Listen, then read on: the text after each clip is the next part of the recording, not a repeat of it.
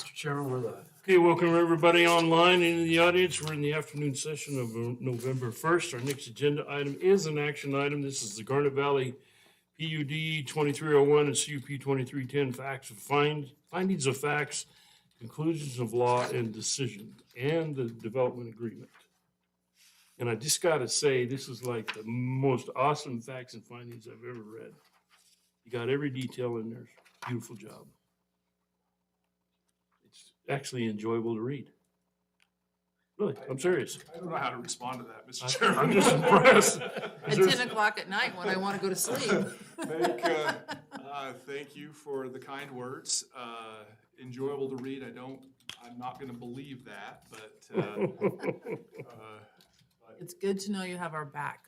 Let's put it that way. well, as we have discussed even before this application came before you, there's been some recent cases come before the Supreme Court that suggest that the findings of fact and the conclusions that you make during the hearing and the deliberations need to be spelled out in maybe more detail than we have in previous cases. So that's the reason for these documents looking a little different than some in the past. I hope it captured all of the things that you wanted captured. That's the purpose of this discussion, is to identify any deficiencies if you see any. But the document, the findings of fact and conclusions of law document, is intended to spell out what the standards of approval are that's codified in our ordinances and our comprehensive plan. Capture the findings of fact that you articulated during the 2 days of hearings that you held, and then analyze how those findings meet the requirements for approval. And that's what's spelled out in the findings of fact. The second document, just to give you a brief overview, as part of this application from the very beginning, the applicant has proposed a development agreement that would be a companion to the findings of fact, and that development agreement is the second document that you have in front of you that spells out a lot of the same conditions of approval in the findings of fact you'll see in the development agreement itself, but in much more detail in the development agreement. So I did incorporate the development agreement in the facts and conclusions, so it will be really a companion document to the facts and conclusions. So if you do approve one, you need to approve both, basically. So if you have any questions for me or or the applicant, I'm happy to entertain those. I don't know, it's not a big issue, but it's in the number 18 under the conditions. It talks about the developer shall include recycling bins on site. Are you looking at the facts and conclusions? Yes, facts and conclusions. Okay. And my concern being is that who empties those bins? How does that get to our site? Okay. I think that's a question for the applicant. I will Okay, say that condition of approval was put in place as a response to some information or testimony or recommendation you received during the public hearing from one of the citizens, saying it would be a nice amenity to include in the development, was to make available recycle bins. So I will. well, Turn the I floor would, over. yeah, I would be very cautious about that because they can turn into a big giant, everybody uses them, kind of a bin. Yeah, And then you end up with a big mess. I don't think that would be something we'd want there. I don't know if we can take it out. I don't know if I'm saying that we should, but that could lead into a bigger issue later on down the road. Yeah. That was the only thing that I could see. That was just something that I actually asked to put it One in. of the public had mentioned that, and then the applicant agreed to it, so we put it in here. So I guess I'll ask Heath, how do you guys see how that's gonna work? Commissioners, Heath Clark, 251 East Front Street. So that's one where we're still working out the details. I don't think Lakeshore Disposal has a regular recycling program, is my understanding. So, perhaps the tweak on that could be done would be to apply essentially a best efforts standard to it, rather than shall. It would be, employ best efforts in order to provide for recycling services on site. And then As we'll see where we applicable, can get. Because I think eventually, as our community grows, there may be an expansion of the recycling program where Lakeshore will provide on-site pickup. And so this is in perpetuity, and I think we do need to be sensitive to the environment. We're adding a ton more livable spaces within our region and We- apartments. It's hard to collect that within your apartment, so we need to acknowledge that, as a management practice, if you can, that we should try and make this a part of the management, requirements. And we're fine with that, Commissioner Melvin. And I would just suggest maybe a softening of it to, Did we change the word from shall to may? Yeah, that needs to be changed. Cause what happens if you, like what we found out in Warm Lake and some of the other places out of county is everybody puts everything there. yes. I mean, couches and you name it, and all of a sudden it's like, this is not even a trash deal anymore, it's just a big landfill. Well, And I don't think you should have to do that if that's the issue that arises. So they're gonna have to enclose their trash anyway, because people that are leaving West Mountain are gonna try and dump there anyway if they don't have a controlled environment for it. And so the recycling just becomes a part of that controlled environment for the people that are living there. Is there any place on your map that shows that? We have I think we have the trash enclosure on the map. Clubhouse, Remind myself here.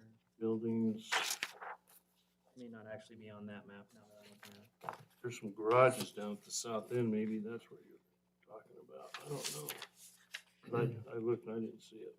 We had, it may not be on one of the depictions that are part of the development agreement, but there are multiple trash enclosures for the site, and then a main one closer to like the clubhouse area, and it would be restricted. I mean, obviously, if for You have no other to. reason for marketing, you don't want to have that near your entry and have it turn into an eyesore. So, for purposes of that number 18, I think maybe to straddle the intent of it with what was described at the hearing, with the kind of practical realities that we described here, maybe we could say developer shall endeavor to include recycling bins or services on site. I think that's great. I think if you put may, it just gives you an opt-out. So I think Well, you we know need you're gonna a have to do little one for stronger. trash. Yeah. So I'm assuming it's wherever you're gonna set up the trash so the trucks can get in We'll have and to empty just it and all that accommodate. stuff. I'm sorry, Commissioner Hasbrook. We'll just have to accommodate that with some additional space, but that, we see that as something that you would want to do as a standard of practice regardless, and to future-proof your project. You don't want to undersize that and not have the ability to do recycling later. You could even say, shall when available for pickup, when pickup's available. Yeah, I went to a meeting last week at the city of McCall and Lake Shore, and that's kind of what they're thinking of is a combined, commingled recycling in one bin. And asked if the county would take it, and I said, no, we wouldn't take that. It would have to be shipped to the recycling center down in Boise, and then they sort all that. Commingle So- in one bin, oh, what a mess. The commingled just doesn't work for us. And then I got thinking, well, if you're sitting there with 5 boxes of cardboard and plastic, who's gonna haul that to Lake Fork? I don't know. I still don't even like the when pickup, because I think as a management practice, it still behooves you to try and figure out something to be able to do that. So I like the word endeavor because it actually is an action item, and it makes it that you're working on it and not waiting for somebody else to come and solve the issue. And that could be That's my something that opinion. we can report to planning and zoning during our annual meetings, like what's our progress on that? That could be an item too.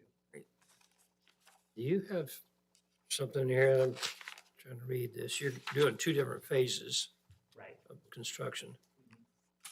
what,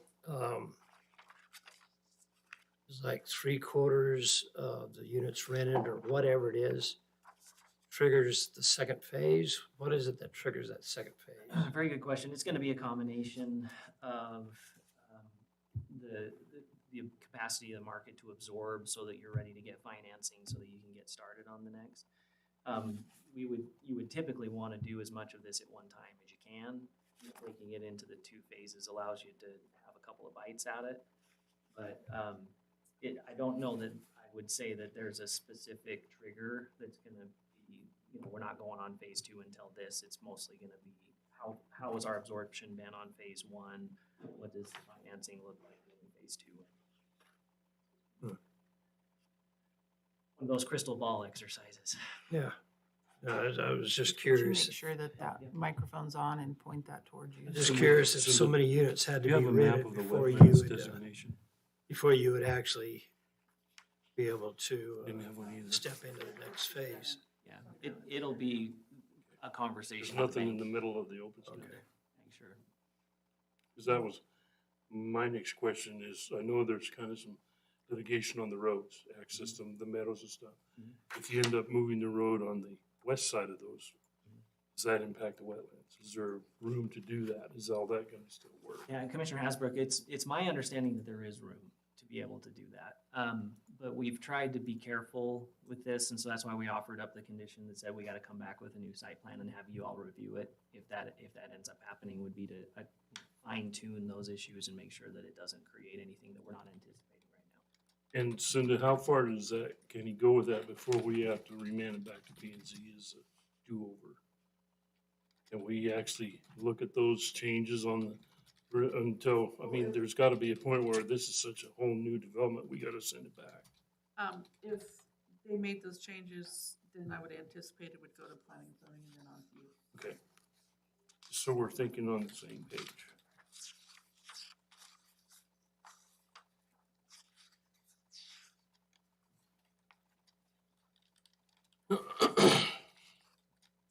You guys feel free to ask questions and step in anytime you want. I had talked to Oki a little bit, but kind of talked to some other people too, but the rental length has just been bugging me, and I've been thinking a lot about that at the 6 months. And then I did talk to some people up at the Springs, and they had a difficult time getting workers in there when it was a 1-year contract, and they actually had a hard time running people down to try and enforce that 1-year lease. So I'm okay with leaving it at 6 months. I did hear the concerns of the public that, somebody could come in and rent it for 6 months and use it for a vacation property or whatever. But I don't think we're gonna negate a lot of that, and I think it would be more difficult at 1 year to try and keep our youth in there, our young families in there. They would struggle more at a year than they would 6 months.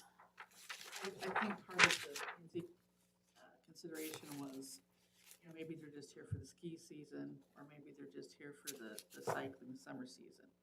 And that breaks it up into the two different seasons, and they are going to make sure that they either live in Valley County or work in Valley County. That's part of their agreement. Some people might slip through, but, so that would negate that ability to even do it as a vacation spot. Got it. Oh, good call. So on your checklist to verify, are you going to verify annually that they're getting a pay stub or they're getting something that shows? They will give us a report. Yes, we Okay. will develop a process in order for them to give planning and zoning information. We'll do periodic checks, that Okay. type of thing. That's good. I didn't really, I went through this fine tooth comb. It looked fine to me. Again, Brian, you did a fantastic job, Cindy. I know you had a lot of input to it also, and that was, it looks good. I think it addresses our concerns. It gives us some funding in order to try and help with the traffic mitigation. That will be one thing. I think we're resolving in this that you are just going to make a donation. I can't remember if we're gonna do a separate agreement on the road development or on the, We are gonna do a separate agreement. Okay. Yeah, so this was basically setting the table, but there will be a follow-up conversation with you all once we Okay. work through things with Road and Bridge to. Perfect. make sure that everybody has the details. Okay, And clarify too, I think there are two options on the table with that agreement. One is an in-kind construction project that'll be managed by the applicant, or there is the dollar contribution that's laid out in this agreement. So it's one or the other that would work best for both parties. So we'll make that determination when we get there. So It- when we were says- talking about I read something in here when I was reading that. It couldn't make the project pencil if it went over 1.2. It says Sorry, Cindy, go ahead. 1,228,537 cash. But then developer may propose construction of roadway improvements as approved by the county in a roadway impact mitigation agreement. So they'll either pay that amount of cash or they will enter into a roadway mitigation agreement. Heath, you guys have to do any kind of study for ITD? Yes, we do. Yeah, that was, so ITD did they sent that letter in pretty late, saying that they wanted to have some conversation about 55. And so we've already started talking with the area developers, Tamarack, about what does that look like, because we're just a part of that. And so we understand that needs to be addressed, and we addressed that. And I'm assuming that you assume that that's a separate agreement with ITD and the county still has I their expect own. that would be a separate agreement, right? Because that's not you guys, for better or for worse. And that could be debated. That's not your intersection, so we would have to work that out with them. there's another developer in Donnelly you should be talking with too, because he's already at the table with them too. That's what I understand, yeah. This actually says any agreement shall be a requirement of recording the first final plat. So you'll have to have that agreement before we record the first final plat. The ITD or the one with us? ITD. Oh, and the one with us too, I'm assuming. Yeah, we Both agreements. Well, they'll know before we record the plat whether they're gonna pay the cash or enter it. By road improvements themselves. But none of that goes towards credit to a new intersection with ITD. No, that's a separate agreement. It's a whole It's separate required deal. prior to first final plat. Just want to make sure everybody understands that. Not a part of that resolution at that intersection. And maybe to address Commissioner Thompson's question about penciling, the proposal was that we would base the road mitigation based on the market rate units. And because we're doing, what we think is a benefit to the county in providing a significant number of workforce units, we had modeled everything and we discussed it with you all based on the mitigation fee applying to the market units and not the workforce. So does it pencil or not with that? We've tried to run the models in which way we can in order to maximize the number of workforce units. And that was a component of it to say, okay, if we're not paying that for those units, how many can we squeeze in? Right. And I had questions on that, and Oki looked it up. On the 5th of September is when that proposal was put forward by you guys. I had forgotten about it because I thought, why are we giving them a break on AMI stuff? And then now it kind of makes sense. So I think we're all okay on that. I think when it comes to workforce units, affordable units, we all have to give and take a bit in order to make it work. I think that's what the county's doing is. We have limited tools, unfortunately, in this state, but that would be one way to squeeze up that number. That's why we proposed it that way. Good.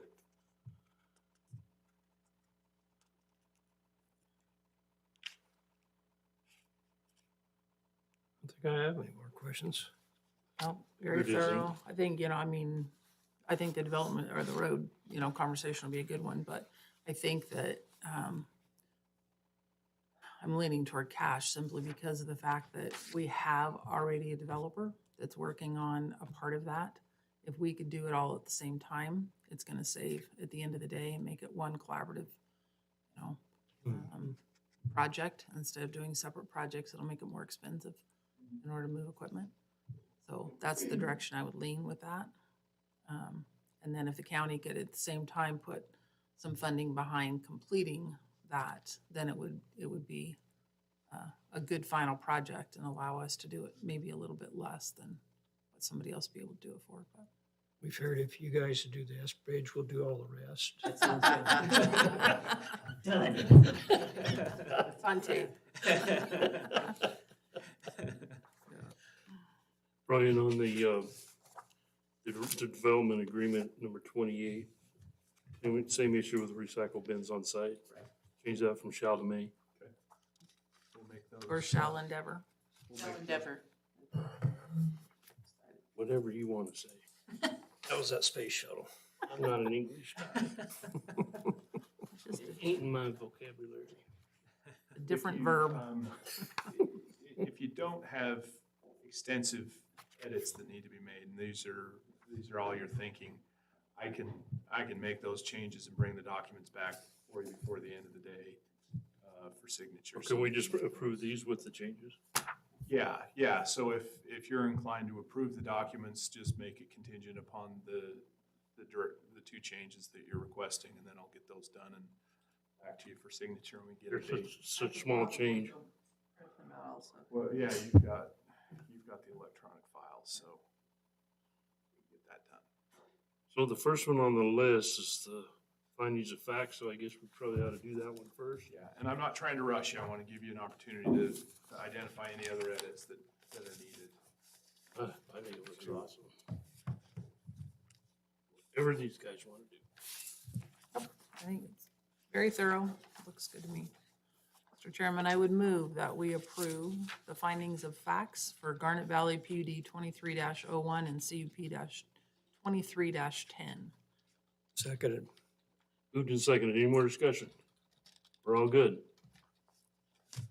All in favor, please say aye. Aye. Aye, motion carries. And then, Mr. Chairman, I would move that we approve the development agreement, Seconded. Garnet Valley, with the amendments as discussed during this meeting. I guess I should have said that on the facts and conclusions also. What? Amend my motion on the facts and conclusion to include any of the changes that we've discussed during this meeting. Was there a second? Yep, there's a second.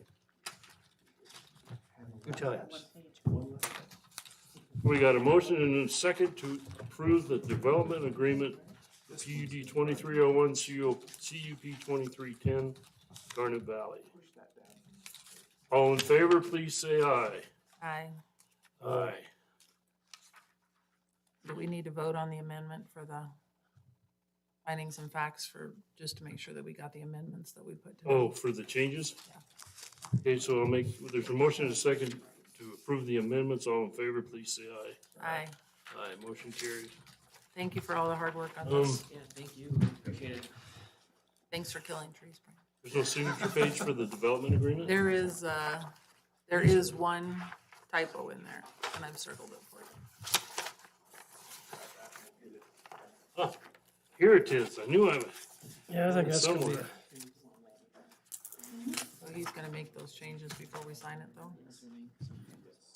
Well, you can just take the page out. We can still sign it, can't See that typo on page we?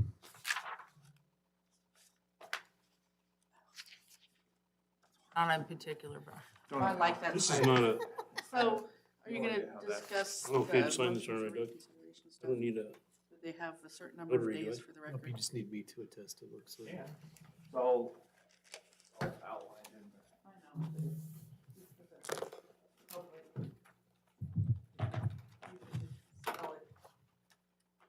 So there's, what, 10 days? 14. 14 days to receive the motion for reconsideration. The right to appeal is so what are outlined they asking here? Valley in the County? findings of fact at the very Yeah, right there. Just- end. Valley County? The notice of final action and the right for a takings analysis and the requirement to seek reconsideration. There's a 14-day window open after this is recorded, that anybody that's affected by this can file a motion for reconsideration with Doug, and we will wait to see if that happens. It's not gonna happen. Do you want me to, Mr. Elke, do you want me to wait to record this until the other development agreement is? Yeah, let's get everything signed and then record them all at once. Thanks, Commissioners. All right, thank you. Thanks, Heath. Good to see you again. Chairman, do you want to go off until? Yeah, let's go off and we'll see everybody back here at 2:00. Can we do an executive now? Because we've got two It's executives. gonna take more than half an hour, I think. Brian, your second executive, will it take a long time? An hour? Okay. Okay. Just go off then. Yep.